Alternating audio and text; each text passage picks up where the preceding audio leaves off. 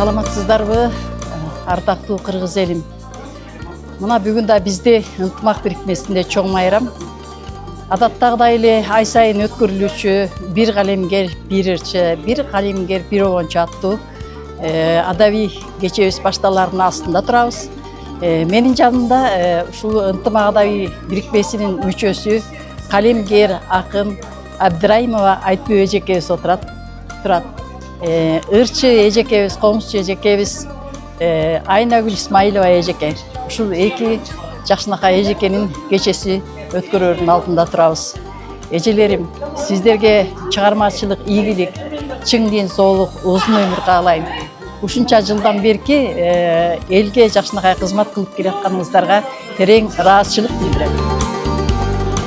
Ушу мен анча-мынча эмгегимди баалап Гүажар Зузакунова баштаган ынтымак группасы ушу бүгүнкү менин чыгармачылык кечемди өткөзүп атканына ыраазымын. Дагы мындан кийин дагы жакшы ырларды жасам деп ойлойм. Маанай кандай маанай? Маанай аябай жакшы. Бүгүнкүдөй маанайды мен ден соолугум бузулуп атты эле. Бүгүнкү ушул чыгармачылыгым өткөндө мен бир топ кубанып, өзүмдү аябай жакшы маанайда сезип турам. Бүгүнкү күнүмө өтө бактылуумун. Мен дагы Айнагүл Исмаилова ушул ынтымак жамаатына кошулуп, ырдап, эл алдында комуз чертип ырдаганыма тең абдан чоң кубанычтамын. Өзгөчө жетекчибиз Гүажарга аябай чоң ыраазымын. Абдан жакшы, бүгүнкү кечебиз абдан жакшы өтүшүнө Кудайдан тилелем. Жакшы өтүп кетсин. Ыраазымын. Чоң рахмат. Чыгармачылык ийгиликтерди каалайм. Аман болуңуздар, бар болуңуздар. Рахмат.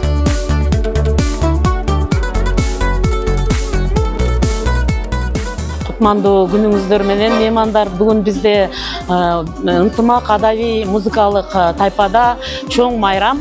Бизде ушу Айтбөө Абдраимова жана Айнагүл Исмаилова эжекебиздин чыгармачылык кечеси болуп атат. Эл тараза эл сынчы, бир акын жана бир ырчы болуп, ушул жерге мен бир жаңы обон менен келдим. Буюрса, ушу Айтбөө эженин сөзүнө жазылган "Билген жоксуң" деген чыгармамды алып келдим. Бүгүнкү кече жогорку деңгээлде өтөт деген ишеничтебиз. Аты жөнүм обончу аткаруучу Гүлнара Конокбаева.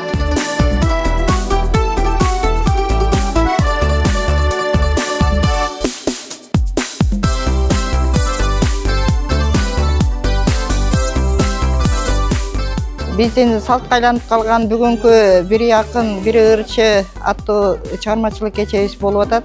Биздин кечебиздин күнөөкөрү Айтбөө Абдраимова калемгер эжекебиз жана Айнагүл Исмаилова эжекебиздин чыгармачылык кечесин өткөргөн турабыз. Биздин ынтымак адабий бирикменин бардык жамаатына ийгилик каалайм. Эки эжекебиздин чыгармачылыгына ийгилик каалайм. Ар бир жазган чыгармалары элдин жүрөгүнөн түнөк таап, калкка жайыла берсин деген тилектемин.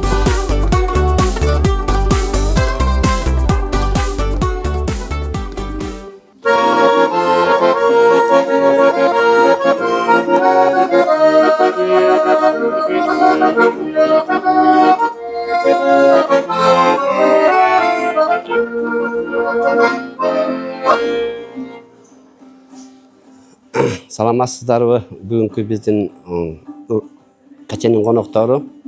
Ушу биз азыр ушу бир акын, бир обончу деген салтанаттуу кечеге отурабыз даярданып.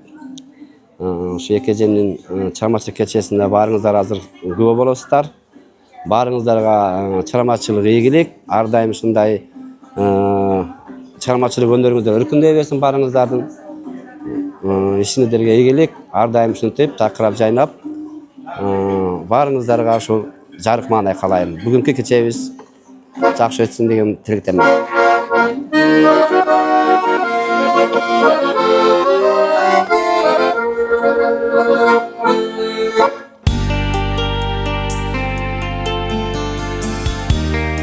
Саламатсыздарбы, кеченин урматтуу коноктору. Мен дагы кечеге куттуктайын деп Үмүтай менен Айнагүлдүн кечесине келип калдым. Атым болсо Мария Сыдыгалиева, обон чыгарам. Ушундай сопсон акындардын кызларына обон чыгарып жүрөм. Бул группага жакында кошулдум. Кудай буйруса иштешебиз деген ойдомун. Бардыгына тилек каалайм. Бүгүнкү кеченин күнөөкөрлөрүнө чоң бакыт, чыгармачылык ийгилик, ден соолук, ушу кылым карта жашашсын. Элге ушундай жакшынакай ырларды чыгарып жүрө беришсин. Биз кубанып жүрө берелик. Рахмат. Саламатсыздарбы, урматтуу бүгүнкү кеченин күйөрмандары жана ошондой эле биздин ардактуу Айтбү эжеке жана Айнагүл эжеке, сиздердин бүгүнкү кечеңиздер жогорку деңгээлде өтүшүнө тилектешпиз. Өзүңүздөргө чың ден соолук, узун өмүр, чыгармачылык, ийгилик, үй бүлөлүк бакыт каалайбыз. Чоң рахмат, бар болуңуздар. Аты жөнүм Сабыр Усупов, ушул ынтымак жамаатынын мүчөсүмүн. Бүгүн кайсы чыгарма менен келдиңиз? Бүгүн мен ушул Айтбү эженин Армандуу кушум сайраган деген ырына жаңы обон чыгардым эле, ушуну аткарып берейин деп турам. Рахмат. Işinizге ийгилик. Рахмат. Чоң рахмат.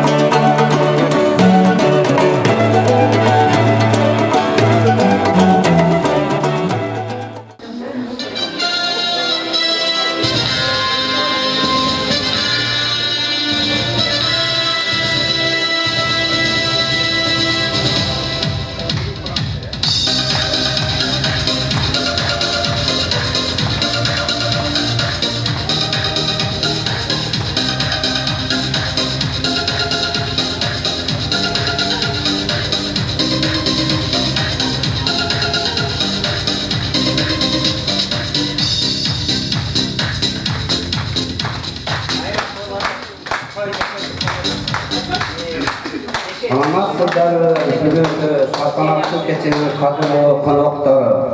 Амансыздарбы, ардактуу бүгүнкү кеченин катышуучулары. Күнүңүздөр менен.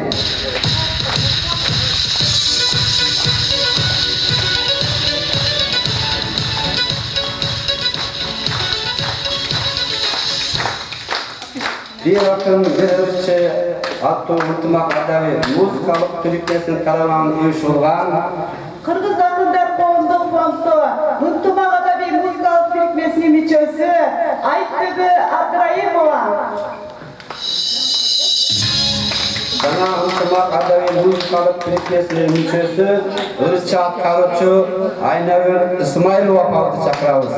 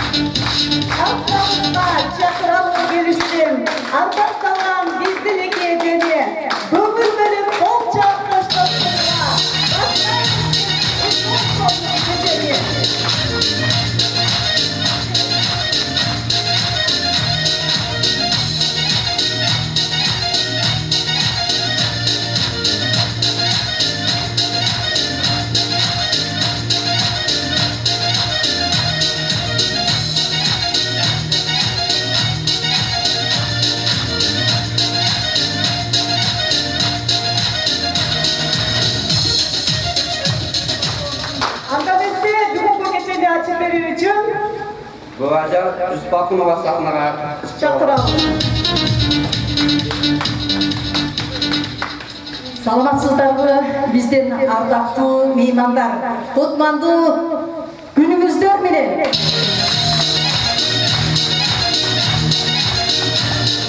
Биздин ай сайын өткөрүлүүчү бир калемгер, бир ырчы, бир калемгер, бир обончу аттуу адай музыкалык чыгармачылык кечебизге кош келиңиздер.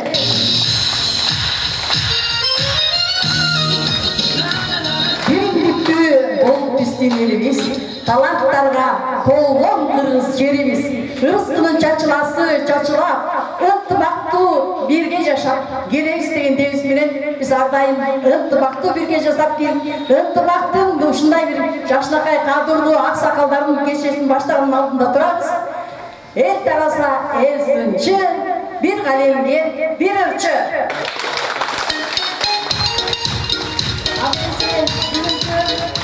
Adabi muzikalık keçeni açık деп жарыялап.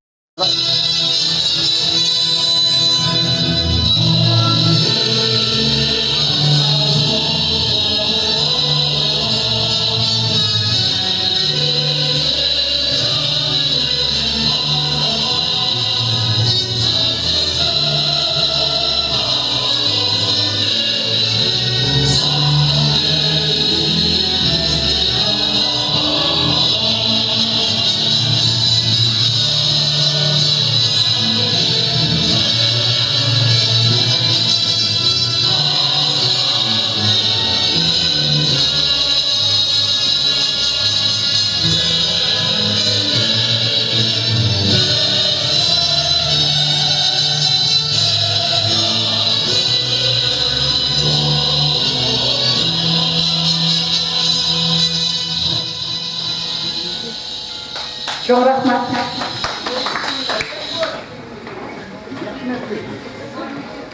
El içi, önör gelişi degендей, el алдында келет ырдагым. Сөзі Ашырағы Айталиевтікі оғын өссүйдің төлі қуанықы атқарышы Айнагүл Исмаил апаран шақырамыз.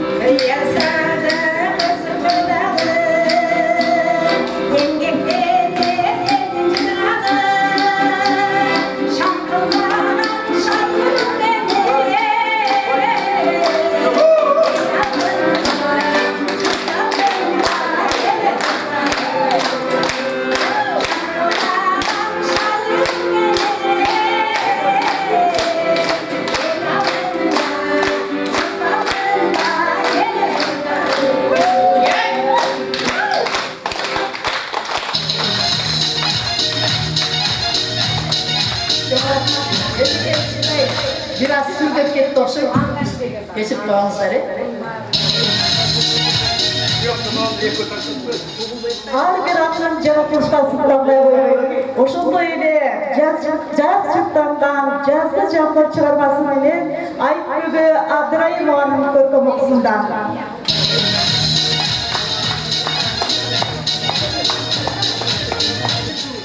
Ardında termetsin arkadaşım, ardına termetsin boğazın çeçip, akıl bakın üstünde uçtan kövüp, köpürsün başında aklını çıtın sesin. Termetken çok dost kosa ortalı sana canlarmaz. Tandanganday enesin karat karat, termetsi ene aldelep aytıp kayrat, tınçıp tartıp memre uttap kalat. Жүрөктөр менен жүрөгүндөй, тилектер менен тилегиндей, оорбасын перзенттер ооруп калса, чыгат эне күндө бир көзүрмебей. Оорбасын перзенттер ооруп калса, чыгат эне күндө бир кирпик этмебей.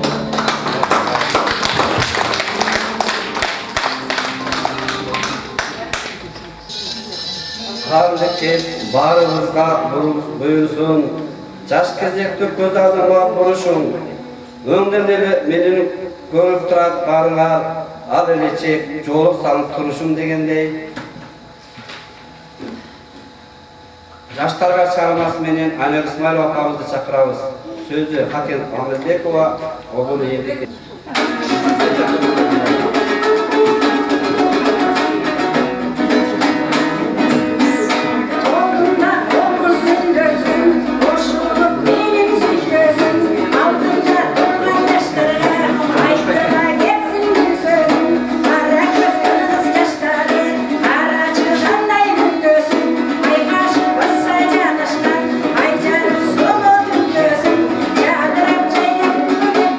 Canım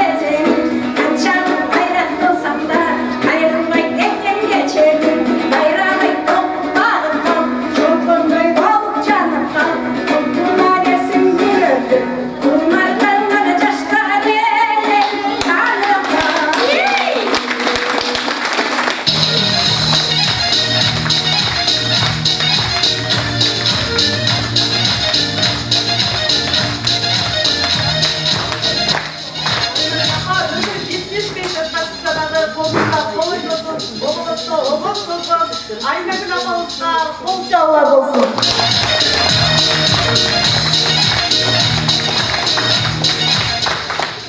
Armanda salbayız derdi, şatlıqa bile gündürdü. Yaşasa eken adamlar, armanda salbay süygöndü. Okugan Sabır Usupov, жазған Айтбегі Абдраимова.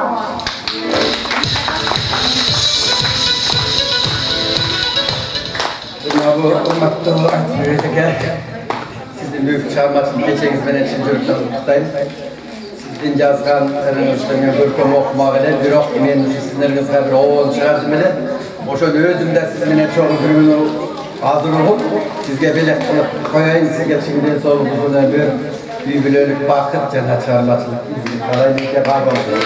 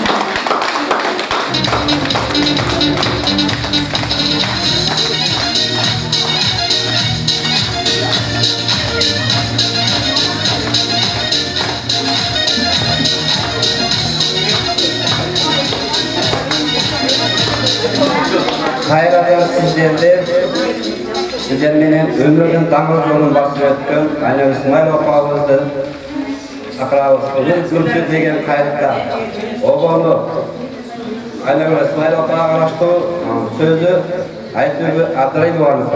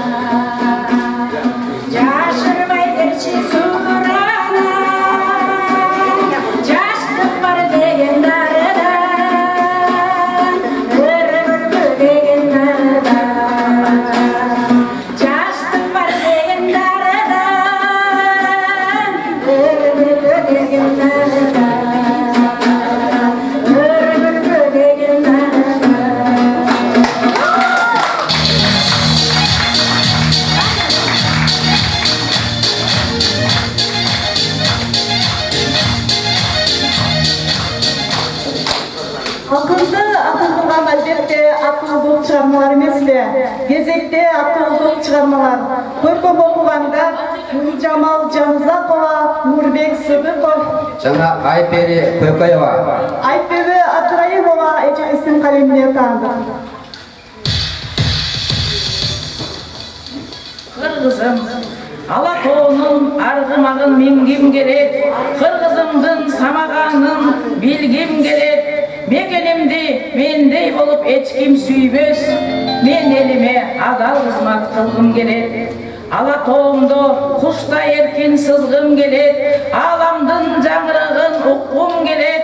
Kırgızım dep жүрөгüm soğuttağı, mekenimden tınçlık ırın uqqum gerek. Alatoğunun çokusuna çıkkım gerek, azolorgo çalmanı salgım gerek. Sen benim mekenimsin Kırgızistan, köyümde yıldız bolup canım gerek. Sen benim mekenimsin Kırgızistan, köyümde yıldız bolup canım gerek.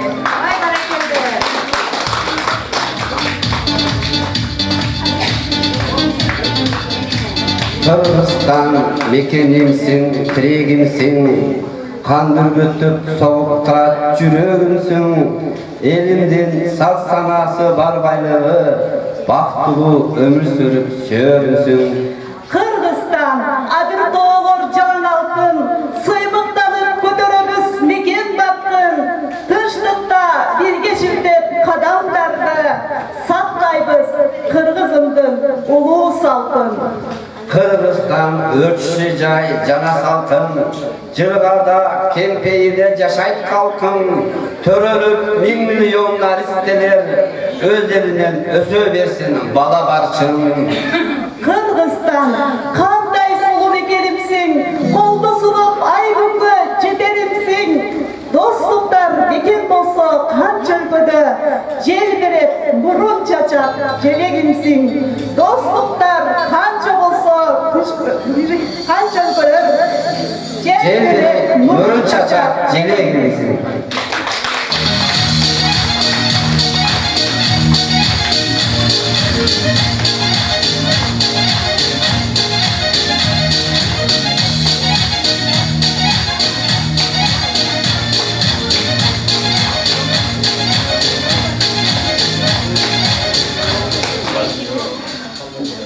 Anda mesela kayradan oğlundurur menen keçe biz aldığa karay oğlay versin dep kayradan oğlundurlarga kezek veremiz.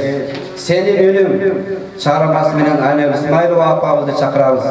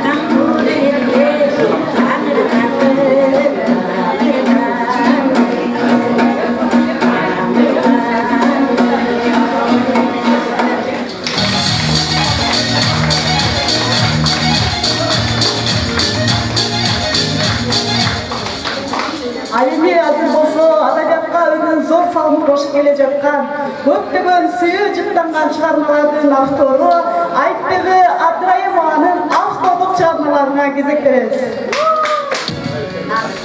Бүгүн болсоң сагылып, бирде калам өзүң менен бир басып, бирде күлүп, бирде кайра чырдашып, бул жашоонун ырахаты ушундай, канча жашайм. Sen менен кырашып, таң алгандай карап, мени сен деле, таанышпастан алган жарым мен беле, таңы каккан тагдырга мен таң калбайм, сага окшоп өмүр сүрөм мен деле. Кээде күлүп, кээде ойлонуп каласың, жүргөндөйсүң терең ойлонмадың, кандай эле эске сагың болбосун, жүргөндүсүң, сүйгөн болсоң сагынып. Жакшы бешти кагылып, ар күнүбүз ар башкача жаңырып, эки жакты капа кылбай жашадык, сен де мага аппак сүйүү табылып, эки жакты капа кылбай жашадык, сен де мага аппак сүйүү табылып.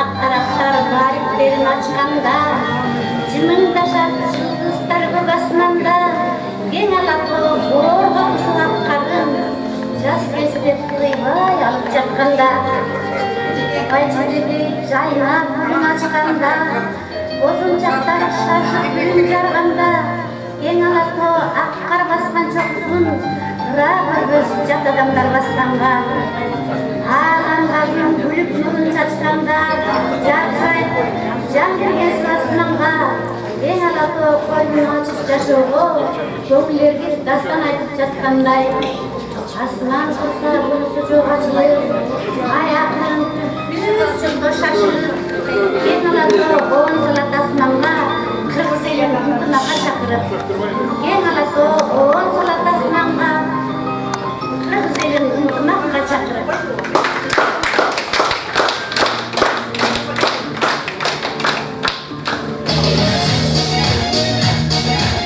Алимиз эшиякта мокуңуз межике.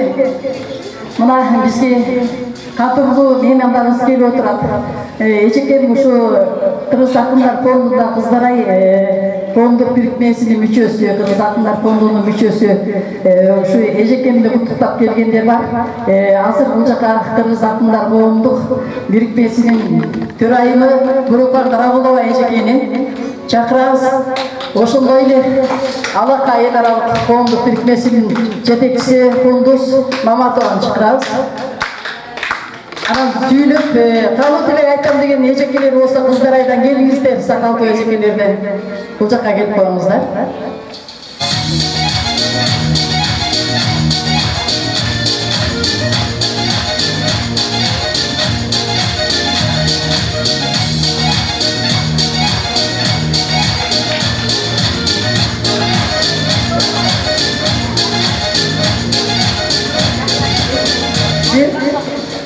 Арбаңыздар. Айтпесе жақсыға. Инебілесе жақсыға. Байрамыңыздар құтты болсын. Ушундай аксы болбосун. Бүгүнкү кечеңиздер качып турчу мында. Бүгүнкү кечеңиздер ургачы болсун. Артынан дагы 200 кече келсин. Сиздердики да болсун. Мындай кече болот, анан сүйлөйсүң десе, мен деле артист көйнөк кийип келбекем да. Бул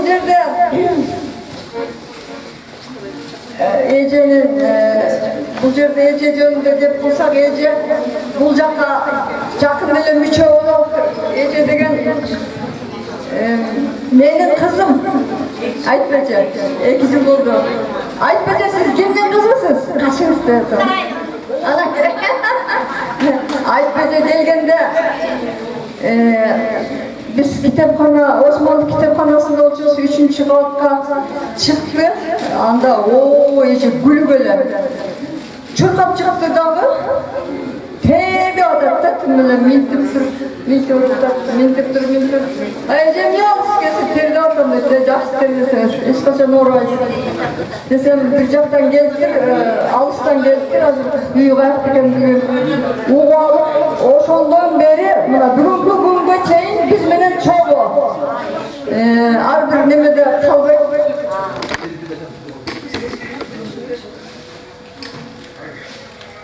Ошол эже мындан ары дагы чармачылыгыңыз көктөй берсин. Сиз болсо азыр канчага чыктыңыз билбейм, 17 эже? 17 чыгып калдыңызбы? Чоңоюп калыптырсың да. Эженин аны айткан себеби, мен сүйүүнүн доктору болсом, эже уже академиги болуп калды. Эже куттуктап коюңуздар. Эже күндө да той, күндүз да той. Kaçan görsen suyu, kaçan görsen mahvat, kaçan görsen ergi, kaçan görsen arzuları. Ana nece siz toktolmamız deyip, ürelere de siz toktolası mı? 18'e çıkıp altırsınız. Ben aytam ece toktolmamız yazıvermiştir. Ece suyurlarınız toktoy, darya bolup, ağa ersin, anan okeanlar. Giltegen kitaplardı çağırıp koyunuz. İşinizge iyilik, del solunuz çın bolsun. Munda da oğurmanız, oğursanız tanınız. Sizlerden daha uşul yerde oturganlar bardığınızlarga çarmachılık iyiliklerdi kalayım. Önörüңүздөр örkünдөй bersin, talantыңыздар takşalay bersin, taşkınday bersin gayrı olup. Anan uşul yerde oturganlar rahmat aytam, uşunday sonun geçen ötközüp, kol çağıp, bugün bazar günü ekenine karabay, uktayыбыз debey, es alabыз debey gelip bergeniңizlerге. Ece, iyilikte olsun, rahmat sizge, çarmağınız örkünдөy bersin. Саламатсыздарбы, бүгүнкү салтанаттын катышуучулары, бүгүн ушул Айтып эже менен Айнагүл эженин чыгармачылык кечесинде баарыбыз жүз көрүшүп отурабыз. Айтып эже, Айнагүл эже бүгүнкү чыгармачылык тоюңуздар маариф болсун. Ийгилик каалайм сиздерге, экөөңүздөргө тең чың ден соолук, узун өмүр, кийин келечек, жарык маанай, өлмөс өчпөс чыгармаларды жаратып жүрө бериңиздер. Ошолордун ичинен Айтып эжеге айтарым, өзгөчө Айтып эже жөнүндө кичине бир аз азын-аулак айтып берсем. Айтып эже жөн гана чыгармачылыкта кадам эмес, Айтып эже жашоодо мыкты эне, мыкты чоң эне, мыкты дос, мыкты курбу, сырдаш. Ошону менен бирге узак сапарга, жолго чыксаңыз, мыкты сапарлаш жашын муркан эжем айтып кетти. Мен 16 жашта таанышсам керек эле. 2 жыл өттү. Айтпайча оорубабыздын солугубуз чың болсун. Мындан кийин дагы көп чыгармачылык кечелеримиздин көбүсү бололу. Айнагүл эжекеңиздер эл шартка дагы бир кечеңиздерди өткөрсөңүздөр. Мындан да көп болуп келип сиздердин жакшы эстетикалык рахат тартуулаган ырларыңыздан рахат алып кеткидей бололу. Сиздерге чындын солук узун өмүр бар болуңуздар, кечеңиздер кут болсун. Ошондой эле бүгүнкү салтанатты уюштурган Бижам эже, Бажаржо, I love you. Мен сизди жакшы көрөм. Ушундай чыгармачыл адамдардын башын бириктирип жакшы самалык баштаганыңызга кечээ бүгүн эле эмес бир канча жыл болду. Уучу узарып, канаты карыш болуп жайылып баратат. Сизге рахмат. Чыгармачыл адамдардын баарын топтоп эле ушундай бир нерсени уюштуруп, элге тартуулоо деген деле бул оңой иш эмес. Чоң эмгекти талап кылат. Үйдөгү 4 баланын мүнөзүнө чыдабай кетебиз. Бирок чыгармачылыктагы адамдардын көңүлү өзүнө арттырды. Мүнөздөгү адамдардын баардыгын топтоп ушундай чыгармачылыкты тартуулап элде бейнесин ачып чыгармачылыгына дагы шык кошуп бергениңиз үчүн сизге, сиздин коллективиңизге ынтымакка, ийгиликтерди каалайм. Бар болуңуздар.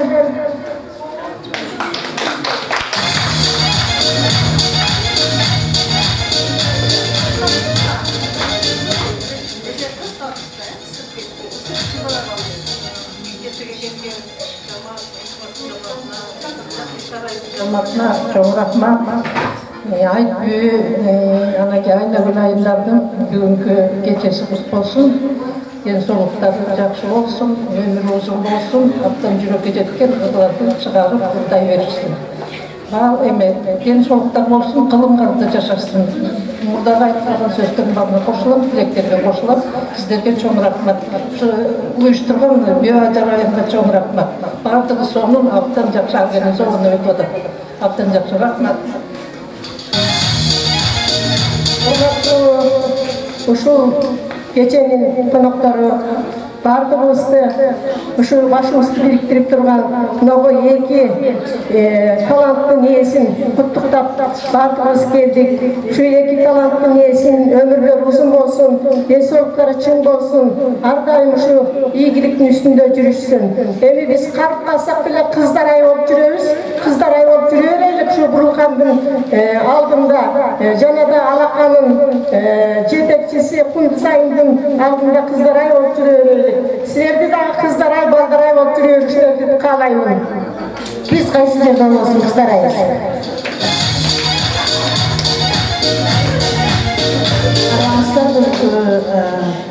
Томалай кеченин катышчылары бармасаңардан соолук каалайм.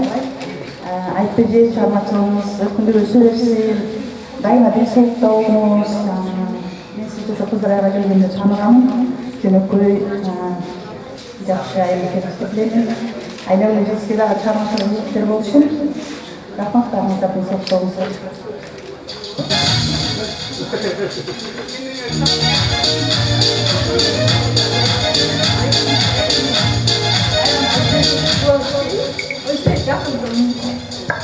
Айтпеже, бүгүнкү күнүңүз куттуу болсун. Ден соолуктар аман болуңуз, чыгармачылык сапарыңыз байсалдуу болсун. Бизге чыгармачылык ийгилик каалайбыз экен. Анан ушул жерде Жусубак Конова деген бир сулуубуз бар. Чыгармачыл, аракетчил, баары башын болушуп ушул жерде аракет кылып атканына чоң ыраазычылык. Кыздарайдын көчү менен келаткан Вулкан эжеме да терең ыраазычылык билдирем. Канчалаган кыздардын баарын китебинин жүзүн ачып, көтөрүп, бөпөлөп келатат. Баарыңыздарга терең ыраазычылык билдирем. Аман болуңуздар. Жөнөкөй берип коеюн эжемне. Багып жашоо дарагын, эл кадырын билиш керек. Айдап жашоо кемесин, эл ичинен эмнени алсаң, кайра ошону бересиң. Эл ичинде жашоо керек. Багып жашоо дарагын, алыс ойго тегиз нугуң, эл ишине жарагын. Өз элиңде жашоо кечир, күлүнтерип көңүлдүн, канчалаган сезимдердин калтыр баскан көңүлүн. Ой, азамат, рахмат. Çok rəhmət.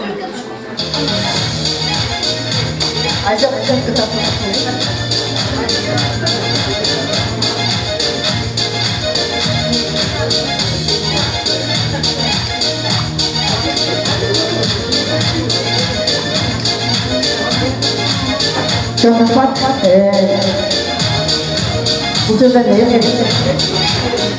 Canıma alıp kalayın diyordum. Hazır biz kişine sıylık tapşırıp koyulu. Ondan keyin bu çakta da bizge meyman bolup kelgen Örgerben Koğumduk Birikmesi'nin jetekçisi Ayna Gülece var eken. Anan bizdin Ayna Gülece'nin de kutuktap kelgenderge söz bereli. Biz hazır bu iki ejekege bir jaşlığa sıylıklarımız var edi. Oşonu tapşırıp koyular ruhsat ettiğinizde. Bu Ruhkan Ejeke'dagi bizdin de jetekçi, men de ошо Кыргыз Акындар Коомдук Бирикмесинин мүчөсүмүн. Эмелеки катарлык менен чоң тургандардын баардыгы. Бүт баары менин кыздарым экен ушул жерде отургандар. Эжеден тарбия тайым алып анан ушундай кылып атабыздар. Анан эми эжекенин колуна берип коелу, айтпы эжеге арналган мыкты калемгер деген сыйлыкты бет али менен эже тапшырып коюшундар керек.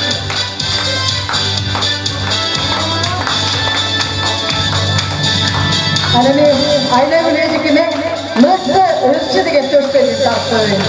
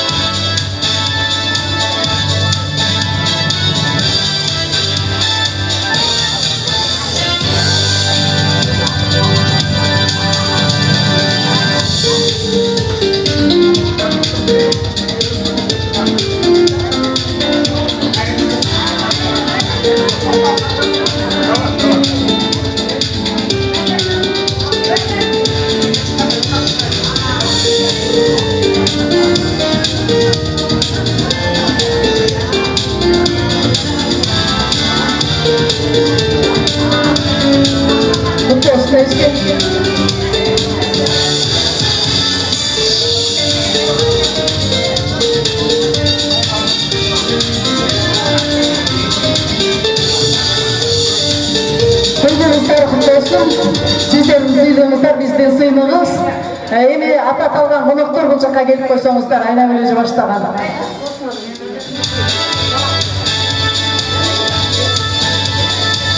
Özgerbeğin anan Ayna Gülece'ye gelgen konuklar bizden ırkçı Ayna Gülece'ye gelgen konuklar.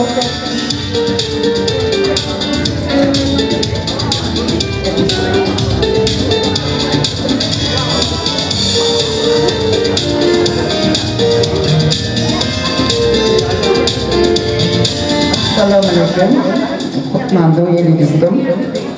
Uşunday eli jerimizge kut tөгүлүp, daim uşunday тынччылык болуп турсун. Allah'ın meyilimi, rahmatı jağıp tursun. Peygamberimizin şefaati bolуп tursun. Uşunday ülgülü elelerin arkasından ülgülü жакшына gelin kızlar ösüp çıksın. Жакшына baatır, iyiliklerdi bağındırgan, eli jurtuna kızmat kılgan ulular ösüp çıksın.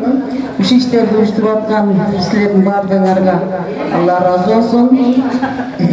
Ayna Gülece, Ayıp Bece, şu karganda sizlerdi больницадан көргөстөн, сахнадан көргөнүбүз кандай бакыт, туура отургандар.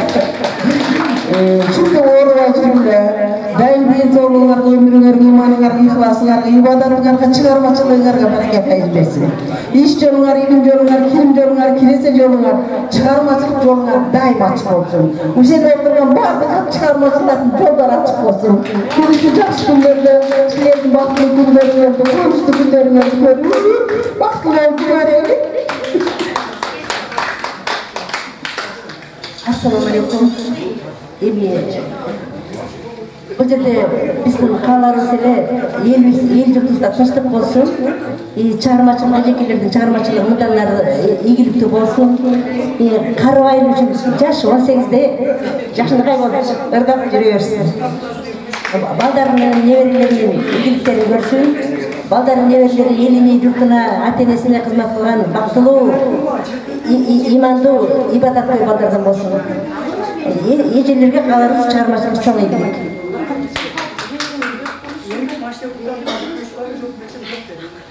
Анасыздарбы, бүгүнкү күн биз үчүн аябай кубанычтуу. Биз үчүн ушул жерде ушул кечени өткөрүп берем деген кызматчыларга да Алла Таала ыраазы болсун, күч кубат берсин. Кыргызда ырдай албайм деген жок. Анткени биз тоодо, жерде кенен дем алып өскөнбүз. Ошондуктан кыргыздын кызы дагы, уулу дагы кайсы убакта болсо да созолоңдо мүнү созуп, ырчы болуп, негизи табиятынан жаралган. Мен Айнагүл эжеге ошол эже ырдап чыкканда эле мен ушул сөз менин жүрөгүмө неметти да. Анткени оңой эмес да, ушул жашка чыкканда ушинтип созолоңдо ырдап, жүрөгүн ачып, элге өзүнүн мээримин, ырдын жакшы түшүнө алганын, түшүнбөгөндөргө өзүнүн жүрөгү менен түшүндүрүп атканына. Тигил эженин Айып эже, ишиңизге ийгилик. Ушул бойдон эле каарылыкка моюн сунбаңыз. Кудай Таалам өмүрүңүздүн берекесин берсин экөөңүздөргө тең. Ар дайым ошо сиздердин ийгилигиңерге, ой бая эже ырдап атыптыр, бул эже ырын окуп атыптыр деген жакшылыктар менен баарыбыз келели. Келген ар биринездердин келген кадамыңыздардан Аллах ыраазы болсун. Баарыңыздар жакшы ниет, жакшы тилек, жакшы ой менен келдиңиздер. Кудай Таалам ошону ааламды тынччылыктан анын арасында Кыргызстаныбызга мээримдүүлүк, бейпилдик кармап, анан ушинтип бизге өнөр болгон эжекелерибиз өнөрлөрүн таратып, аман эсен ден соолукта бололу. Бар бололу, аман бололу.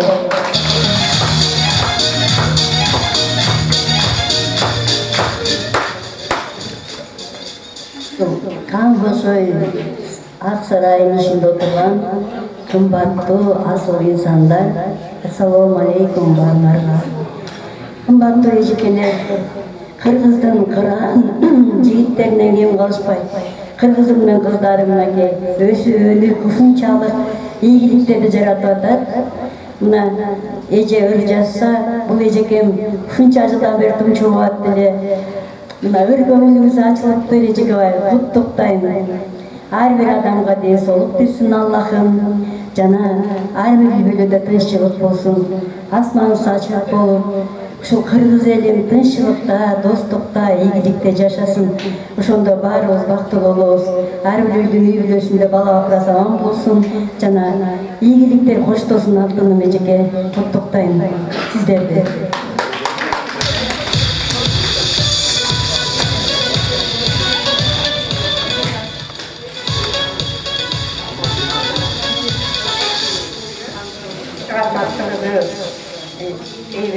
Денсаулықтары чың болсын, балдарының жақсылықтарын көріп, жашасын. Бары жақсы қалған тілектерін айтып кетті. Мен де осылардың қатарындамын. Денсаулықта болғыла. Ел алдында осынтып шаңшылықтар шығармаларыңарды жазып жүре берді.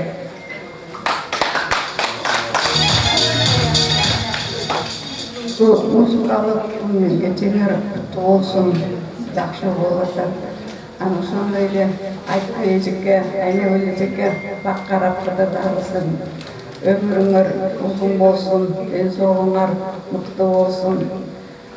Айтып эжеке сиздин калемиңиз күчө берсин. Айнагүл эже өркүндө өсө берсин. Бар болуңуздар, аман болуңуздар. Баарыңыздарга ден соолук, ийгилик, жакшылык тилейм. Жараштар ушундай жакшынакай болгон кастатап келип түзүлгөн. ак жолу баштан түшпөгөн апалардын каалоо тилектери кабыл болсун. Сиздерге терең рахмат.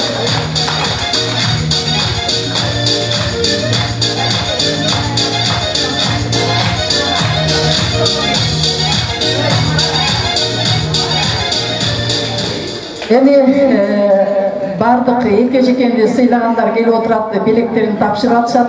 Биз дагы Адави ынтымак, Адави музыкалык чыгармачылык бирикмесинин жамааты дагы биздин да бирке сыйлыгыбыз бар эле эжекелерге.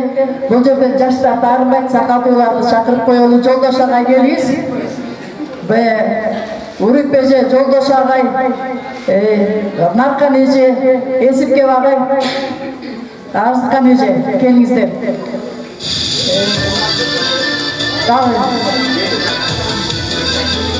Келиңиздер. Қоныстары екі жұртқа чағмачылық иелік қалайын, денсаулық болсын, аман болсын, бала бақырасы болмасын, көрсін, тыныштылық, тоқшылық, молшылық болсын, ел аман ел ішінде, біз ана ел бітіре берсін, жер бітіре берсін, арға денсаулық, тыныштылық қалайын.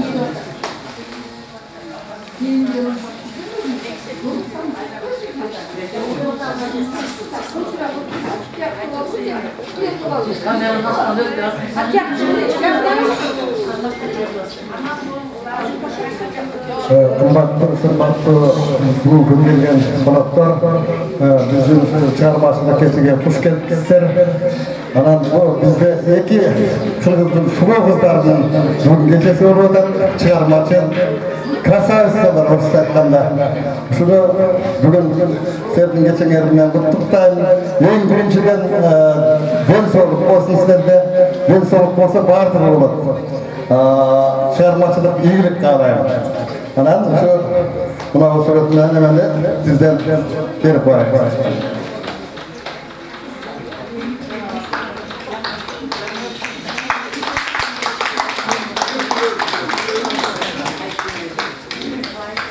Hormatly Aytbeje, Aynagüleje bugünkü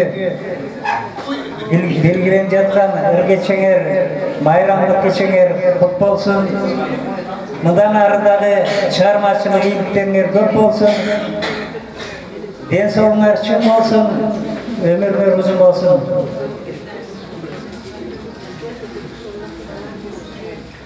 Hurmatlı Aytbeje, Aynagüleje, men dagı jogorda aytılgan kollegalarimin barının tileklerine koşulam. Densolukta bolуңуздар, ülülük, bakıt, çağırmacılık, iyilik. Jana köptögen eller batayış, uşu modeller kalıp kalgıla eje uşunday çakta. Bar bolуңуздар. Hurmatlı mehmanlar, konuklar, bugün vaktlar bölüp tilap gelgen görüşürlerge rahatçılıkты bildireriz. Екі жаштың çıkarmasını iyilik kalam ökoy. Jaş екі suluguz. Ökoy gün жылдан жылга жашара берсин. Сулуу боло берсин, çıkarmasılar örkүнө берсин. Ынтымак болуп турсун. Чын денсаулык калам, uzun ömür kalam бардыгыңарга.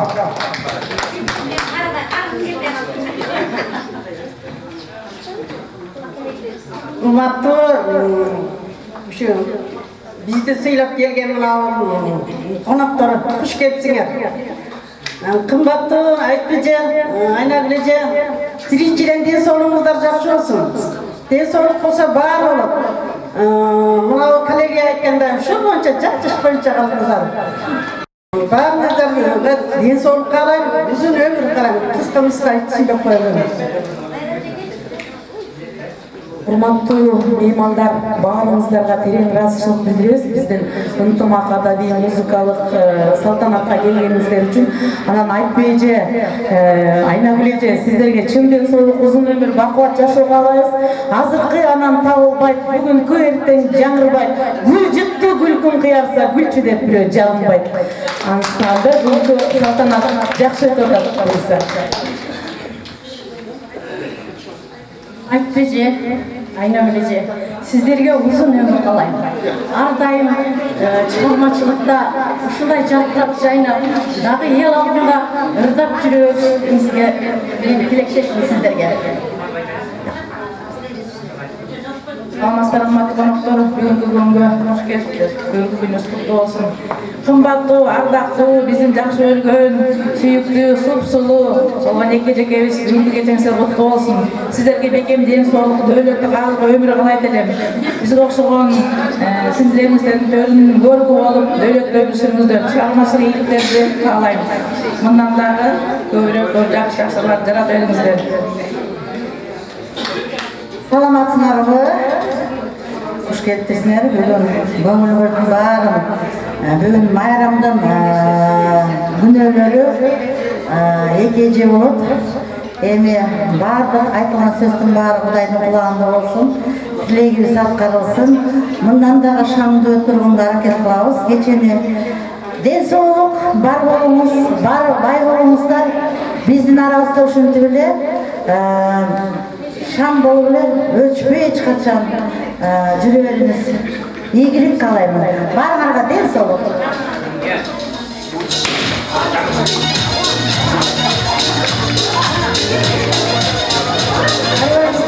Урматтуу коноктор, куш келипсиздер. Айнагүл эжеке, сизге үнүңүз өчпөсүн, дайыма бар болуңуз. Айтып эжеке, калемиңиз дайыма көрсөк, жакшы ырларды жазып жүрө бериңиздер. Барыңыздарга аманчылык, ден соолугуңуздар болсун.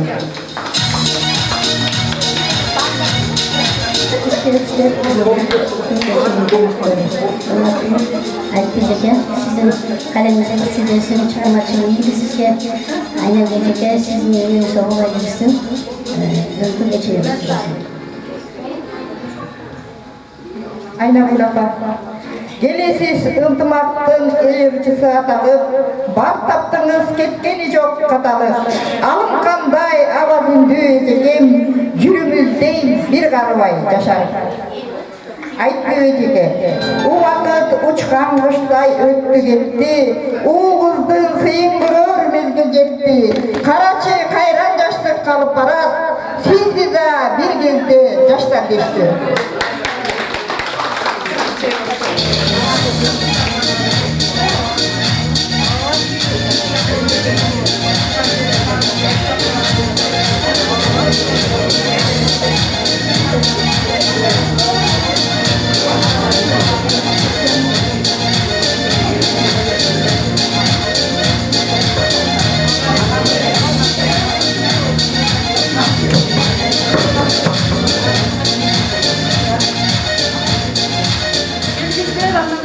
Hazır Aytbay Abdurayımova ejensinin obondu gezeklerdi. Bilgen yoksun. Sözü Aytbay Abdurayımova tazım. Oboncu, ırkçı, atkarucu, Gülnara Kunukbayova tazım. Atkarucu, Gülnara Kunukbayova. Салтанаттуу күнүңүздөр менен Айтбай эжеке, мен подарок кылып, сюрприз кылып, сыясы кургай элек билген жоксуң сөзү Айтбай Абдраимова, ону мага таандык жаңы ырдын бет ачарын кабыл алып коюңуздар.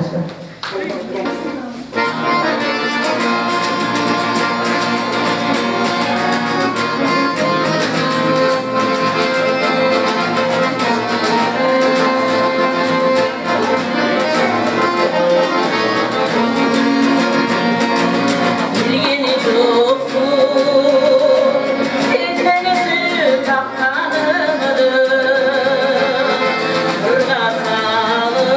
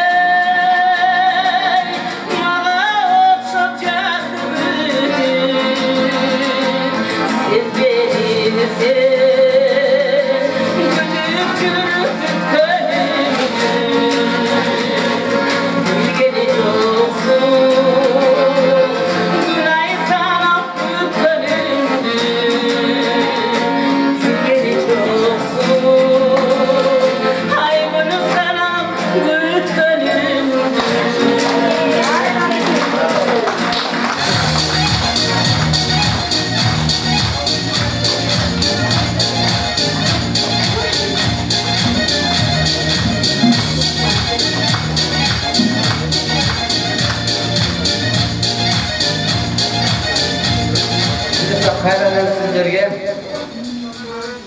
kalağın gerek ansayın söz olanı Cekşbe Şamşeyev'deki atkarıcı Aynagül İsmail Bapal çıkarız.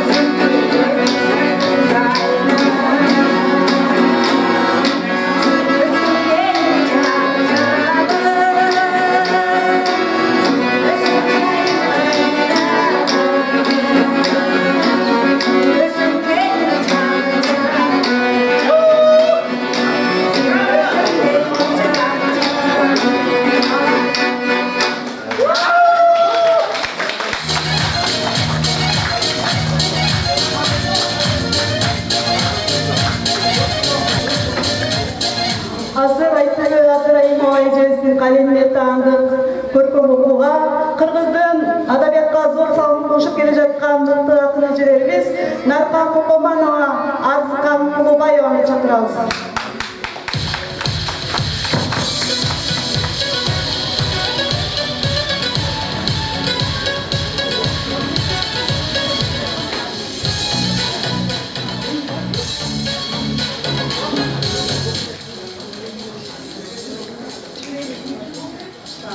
Ötkörüp jarımın, ömürdün jarıgın.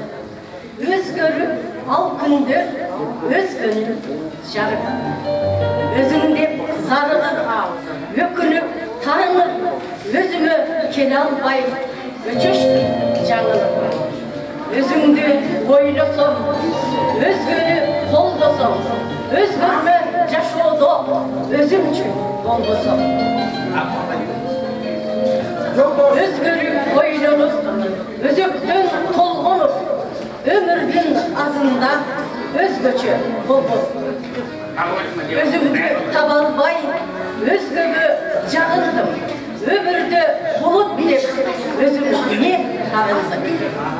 Özgürüm ketmedim, özümü jetmedim, özüktü, örttüdü, özgöçü ketlerim. Özüngde küyömün, özüngde süyömün, ömürüm ötkönçe, özümsün çürögüm. Ömürüm ötkönçe, özümsün çürögüm. Kaldırmasdan, el içinde yaşaş gerek. Ayda ömür kimdesin? Elini alsan el içinden, kayrıp el bilesin. El içinde yaşaş gerek. Ayda ömür darağın. Alış oylap yaşınızı el işine yarar. El içinde yaşaş gerek. Bugün cinap ömürdün. Kançalagan sezimleridin kaltırmastan. Kançalagan sezimleridin kaltırmastan.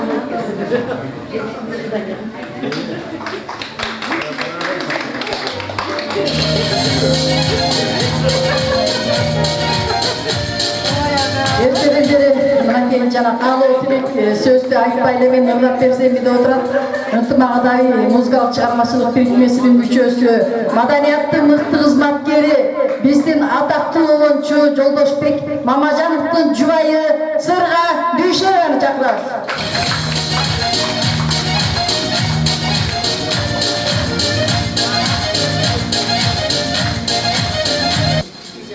Силерге арнап курсташым Жаныш Кочкоровдун Өмүр дайра деген ырдап берейин. Көптөн бери ырдабайбыз, тамамындайбыз болуп атат.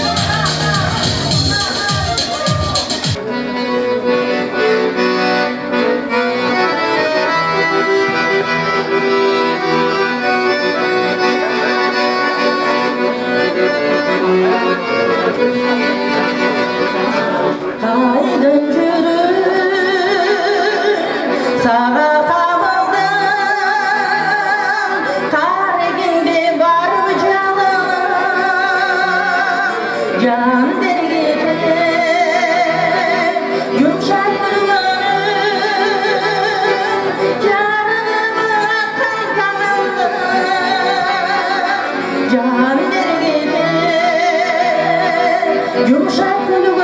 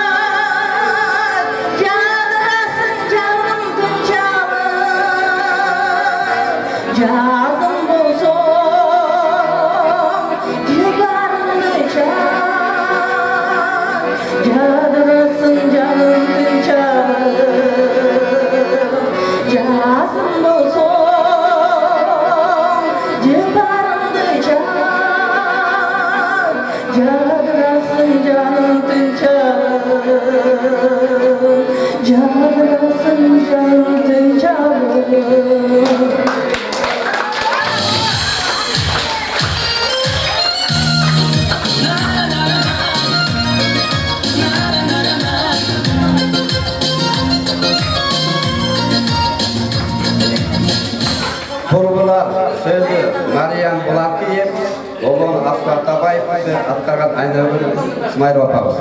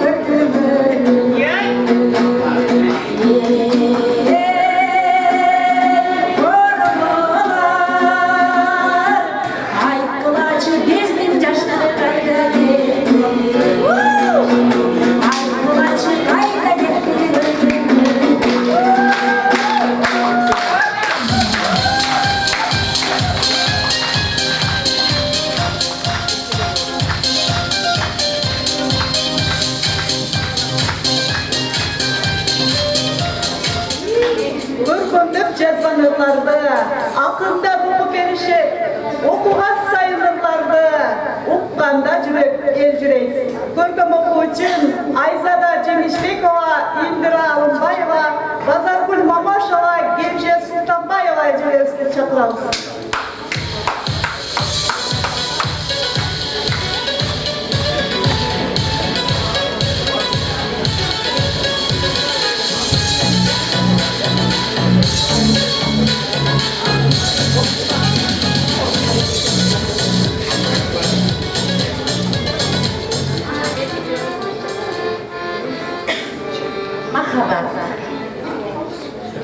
махаббат күчүм менен жашап келем, мендеги сезимдердин гүлүн серем. Сен эгер мен деп жашап жүргөн болсоң, сен үчүн тоскоолдуктун баарын жеңем. Махаббат сагынычыңдан ыйлай берем, өзүмдүн жүрөгүмдү кыйнай берем. Ыраазы болсом кээде жаратканга, ичимден ошентсе да сыздай берем. Махаббат күчүм менен ырлар жазам, көркөм кооз кыялдардын гүлүн ачам. Мен сендер демим менен жашап жүрөм, жашыл жер кыламды бойлоп басам.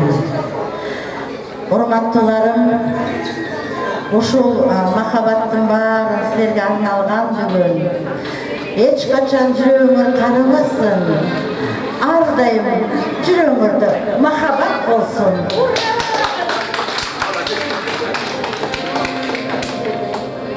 Абдраимова өз элинин кылган болот кастыгы, оолору асман кереп чокулары, Ак Манас чокусунда олтурабы, керемет туштабы, кыргыз жери элимдин кусалыгын толтурабы. Калкымыздан суулары, тазалыгы, ууртасаң кетет кандын капалыгы, баркын билбес төбөлдөр сокуртура өз өзүнө кылган болот каталыгы. Байлыгы жер энемдин толкуп ташып, көздөрүң уялаган турду ымдап, көркөмү артык жерди сатам дешкен, эсиңерге эртерээк ойгон була, эненин ак сүтүнөн канча кымбат.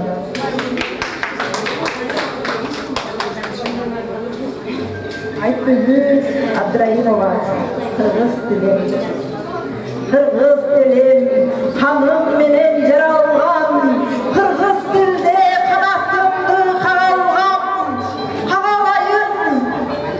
Кыргыз тилем сен үчүн кара жанды курман кылып чабалам. Кыргыз тилем учуп турган канатым, кыргыз тилем ырдап турган санатым. Мен кагалам эне тилим өзүңө, кандай акмак энемди чанасым. Апа деген кандай күчтүү тилибиз, кыйыры артык кыйын элбиз бирибиз. Кыргыз тилдин кымбаттыгын дактайлы жашай берсин биздин эне тилибиз.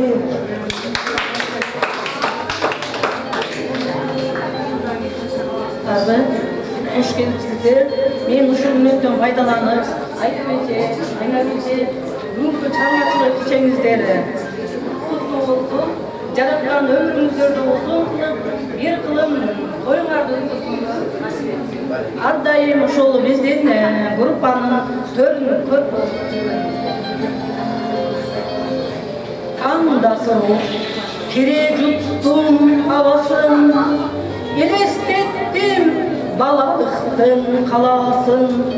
Шаардан окуу деген ойдо жок эле, окуйм басып эки айылдын арасын. Ошондогу шылдыр булактагы эле өз нугунан жазбай агып жатыптыр. Менин баскан излеримден дайын жок, өз өмүрүмдө дал өзүмдү басыптыр. Жүрөгүм булакты көрүп сүйүндү, сагыныпмын атам салган үйүмдү.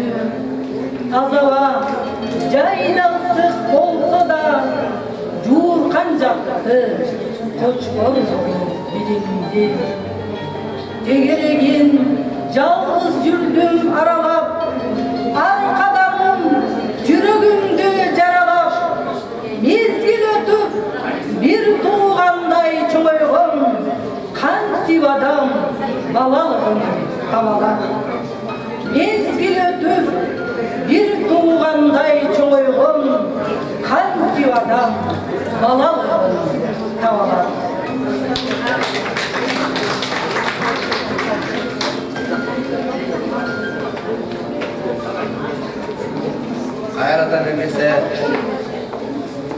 сіздерге. Барыңыздарды сөз жыттаған ырзарға жетелейбіз. Сөзі Айпери Койкоеваныкі, обоны Эсиркеп Ашыралиевтеки, атқарушы Айнагүл Исмайлова апаны шақырабыз.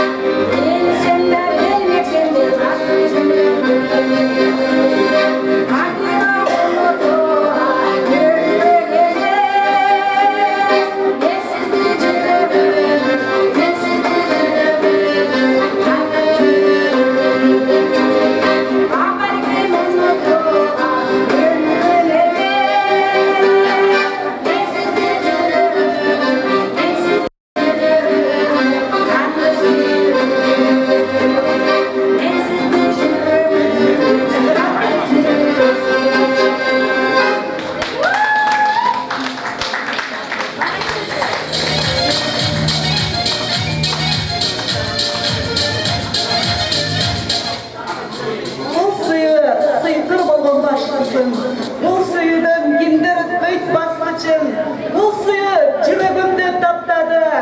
Берші маға, берші сүйі ашқызым дегендей, сахнада Обону Эсиркеп Ашыралиевке танып, қалемгер Айтбүбі Абдраимованың сүйгінімі шығармасы.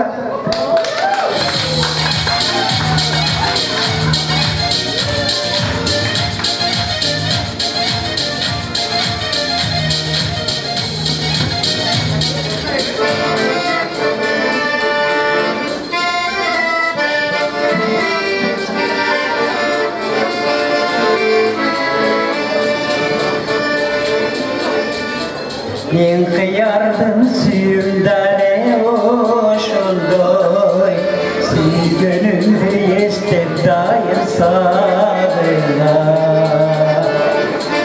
Шыбырт еткен доғыш чықса бір елде, жалт қараймын чочуп кетіп артына.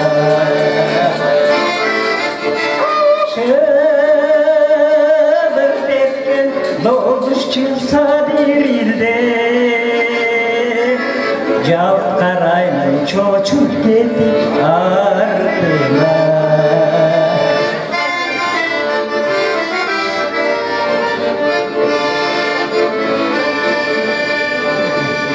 Gün doylayım boş olsa onun günlerde, este buktayım bir götkürgüm dinlerdi. Kaytalanmay kayran yaştık sarıntı, Jürek sızday seni göz bildirdi. Kaytalanmay kayran yaştık sarıntı, Jürek sızday seni göz bildirdi.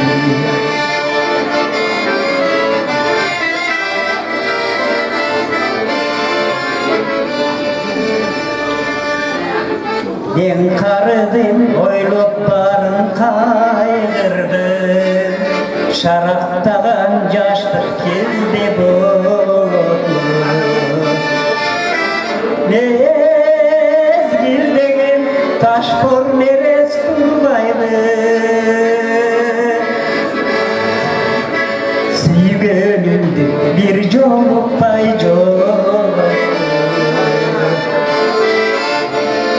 мезгил деген ташпор нерес турбайды сүйгөнүмдү бир жолукпай жоғотту сүйгөнүмдү бир жолукпай жоғотту.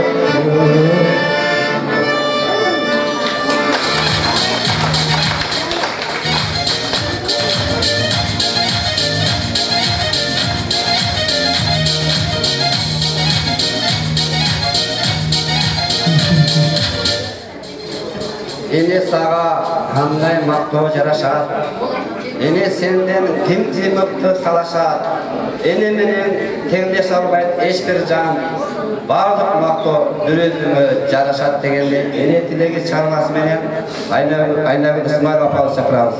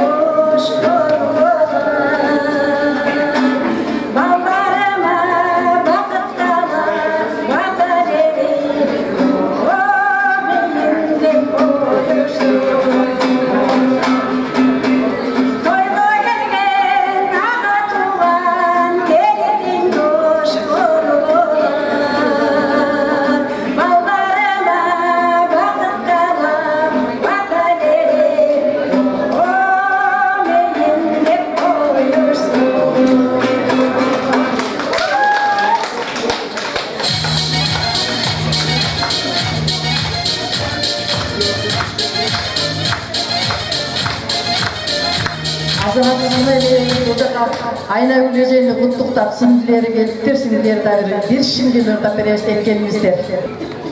Саламатсыздарбы, урматтуу бүгүнкү кеченин коноктору, баарыңыздарга сонун маанай, майрамдык маанай.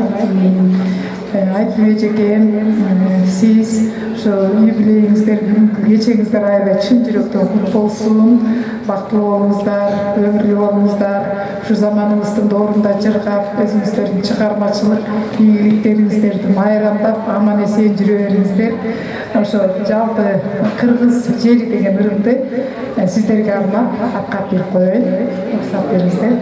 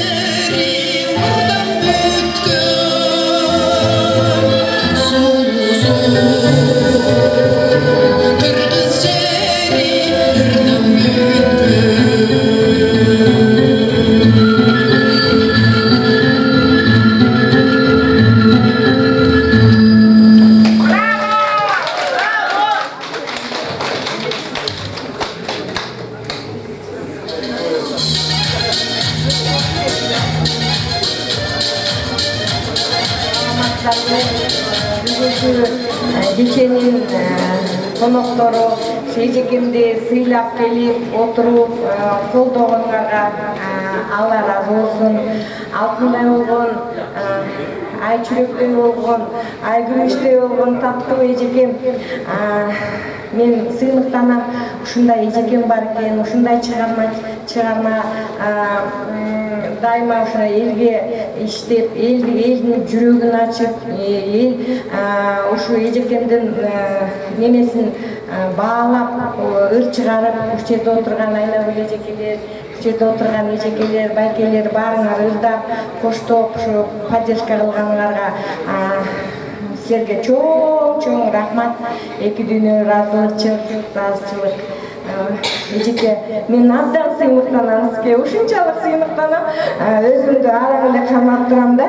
Мен ушундай творческий вечерде ушунчалык сонун адамдар бар экен, чындап кезде биринчи жолу катышып атам да. Мен көп нерседен калып калыптырмын. Казыр сизге чоң рахмат ушундай немени көзүм ачып койгонуңузга.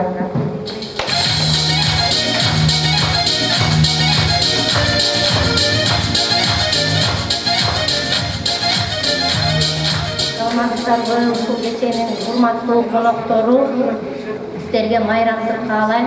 Ушу биздин сүйүктүү, алтындан да кымбат эжекебиз Айтпөө эжеке, сизге чыгармачылык ийгилик, Айнагүл эже, сизге дагы чыгармачылык ийгилик, калемиңиз курчуй берсин, чыгармачылыгыңар өркүндөй берсин. Эч качан оорубаңыздар, ден соолукта ушу биздин маңдайыбызда жаркырап жүрө бериңиздер.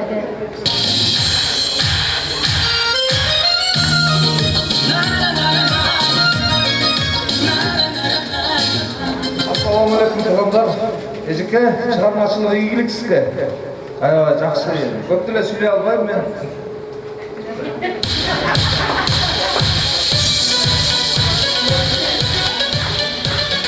Аларга айтып калдым. Эжекем ошо эң кичинекей эле кезинде аябай таланттуу, ушундай кыйын адам болчу. Кудайга шүгүр, ошол эмгектери ак акталып ушундай бир салтанаттуу кече болуп атканына аябай кубанычтамын. Ошо баардык бүгүнкү коноктор сиздерге ден соолук, ийгилик, бактылуулук, ушундай майрам кечелерди аман эсен жүрө бериңиздер.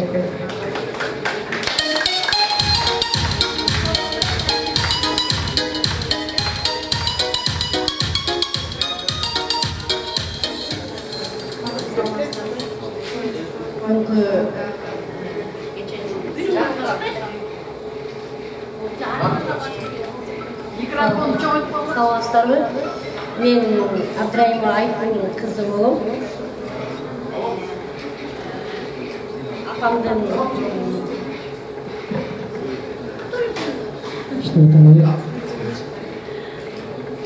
ошо Абдраимова Айткүннүн кызы болом. Мен апама эмне каалайм? Апам мен сизди жакшы көрөм. Сиз менен мен сыймыктанам, сиз менен баттанам. Ошондой эле ушул апамдын жазууларына мындай ушундай кечесинде ушундай жерде биринчи болуп отурам, бирок мурун катышып көргөн эмесмин чындыгында. Мага биринчи жолду ушу Бурулкан эже Каракулова эжекем көргөздү. Эжеме чоң рахмат. Ушул эжем ушундай кечелерге келип жүр, ушундай жерлерге жүр деп мени былтырдан баштап ушу Бурулкан эже Ташкентке чейин, Өзбекстанга чейин, Ошко чейин алып барып жүрөт. Мен сизге ыраазымын, Бурулкан эже. Анан азыр апамдын сөзүнө таандык. Обону Бурулкан эжекенин ырына таандык. Бирок ошо эженин ырларын дайыма мен ырзайм. Бирок ошонун обону салган мен апамдын ырын ырдап берейин. Бул ыр деген мен былтыр кыз бергем. Ошо кызга апамдын жазган кыз узатуу деген ыры. Обону Бурулкан эжекенисине салып ырдагам да. Муксат берсеңиз.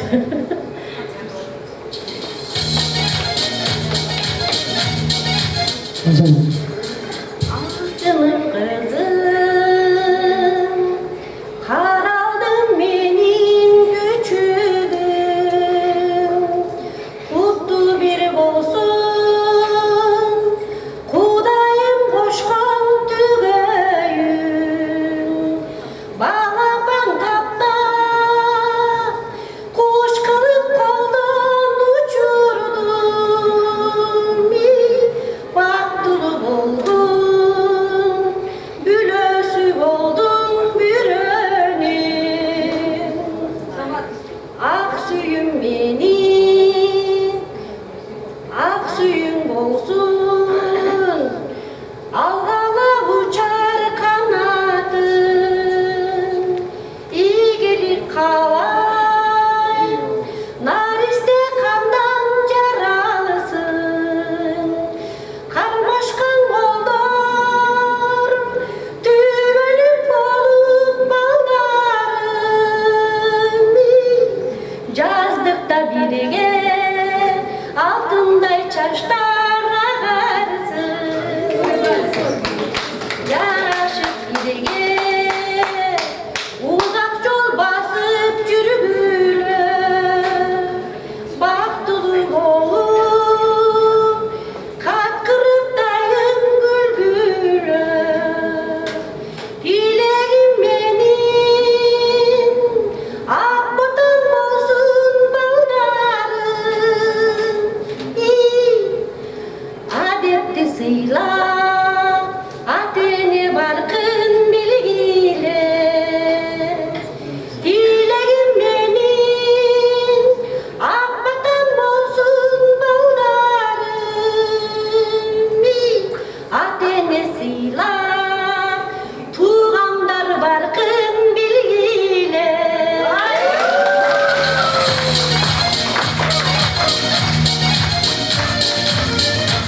Чоң рахмат, баарыңыздарга тилек рахмат билдиребиз.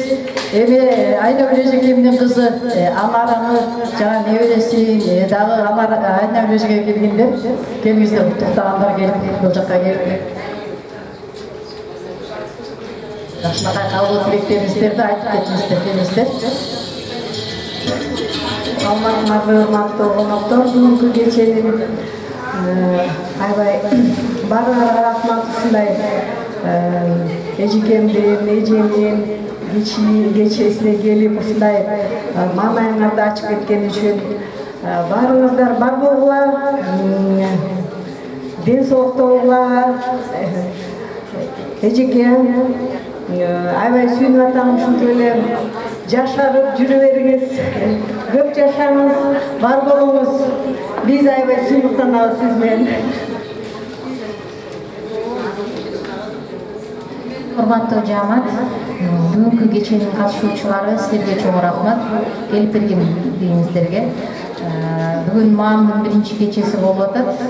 Мурун сахнанын төрүндө эле жүрчү убагында. Анан азыр пенсияга чыккандан кийин биринчи жолу мындай толкунданып атат, пенсияга биринчи жолу ырдап чыкканына. Ошон үчүн силерден дагы кечирим сурайм. Кичине анча-мынча болуп калса, мамочка силерге ден соолук, чыгармачылык ийгилик, эч качан чөкпөңүз, дайыма ушундай каалап, катышып, тайпаңар өнүгүп өсө берсин. Сиздер айтпай же дагы ден соолук сизге. Ушун кеченин төрүндө болуп, дайыма ушундай акыл сөздөрүңөрдү айтып, көркү болуңуздар. Эжеңизге дагы рахмат, баарын уюштуруп, ушул бүгүнкү кечени уюштуруп берип атканыңызга. Анан эң негизгиси силерге ден соолук. Дайыма ушундай жадырап жайнап, бизге ырыңарды, жазган ырларыңарды дагы бизге тартуулап жүрө бериңиздер. Бизди дайыма силерди колдоп, катышып жүрөбүз.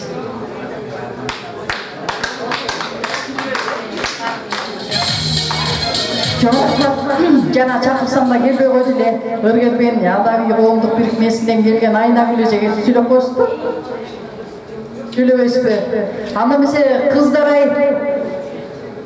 коомдук бирикмесинин жетекчиси кайрадан Кыргыз акындар коомдук бирикмесинин жетекчиси Буруукан Каракулов эжекеге сөз берип коелу келиңиз.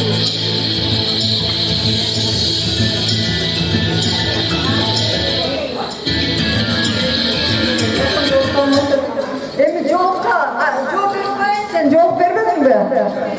Жөн кетпей. Эми бул ырдычы ким сайкал берген? Бул бизде Өзбекстандык акындар алып жүрдү да. Анан бул ырдайт экен, эми азыр эмне ички ырдап койду билбейм. Эми окмуш ырдайт экен. Мен Гүлнаранын үнүндөй, ушунун үнүндө үнүм болсо мен Кремльдерди айтып болчумун, булар ошо поезддарды айтчы. Ошондо тартып алгам да, тартып алып жанагы жарыялаган жердин аты эмне? 100 грамм дегенчи. 100 грамм. Ошого коюп койсом, буну эл ушундай көрдү. Биздин Кыргызстанда ушундай ырчы барбы деп таң калышты да. Эми үнүн ырдай берип, жаттап алып, ошол оонду жаттап алып, азыр араң таптым оончуну. Менин оонум эмес, ал менин ырыма жазган Сабатар Исаковдун оону. Оончуну айта жүрүшүбүз керек да бардык жерде. Анан ошонун ырын ырдап, кызым ошол ыр менен тойго оон менен узатыптыр. Кызың бактылуу болсун жанагы. Берим. Мына сага. Айтышпайт мына. Бактылуу болсун, өмүрлүү болсун. Анан могу биз тиги тай алайлы десек болбой атат, жетпей атат. Камчы болсо да камчы коелу апаң, а?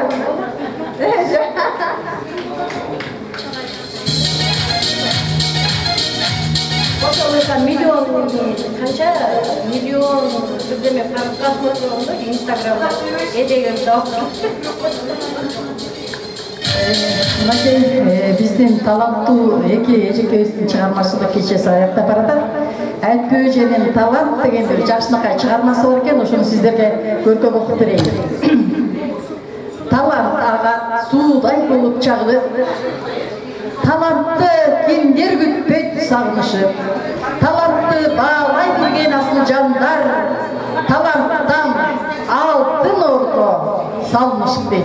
Абдан сонун экен. Мынакей сиздерди келип бергениңиздерге чоң терең ыраазычылык билдиребиз. Азыр эми биздин бирикменин гимни бар, гимниндин сөзү бирикменин мүчөсү Гүлира Жамангулованыкы, обону бирикменин мүчөсү обончу жана аткаруучу акын кызыбыз Гүлнара Онокбаеваныкы. Келиңиздер. Жалпы келиңиздер.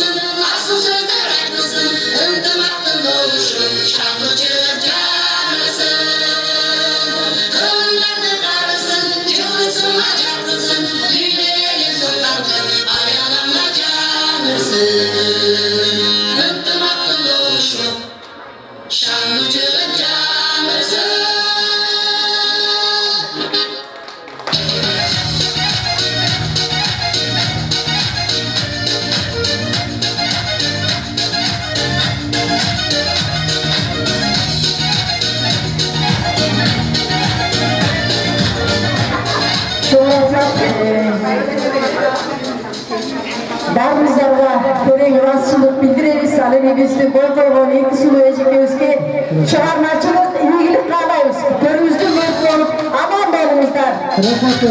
Кайрадан элдик айда жакшынакай ушундай чыгармачылык кечеде көрүшкөнчө сак саламатта болуңуздар. Рахмат. Рахмат, рахмат.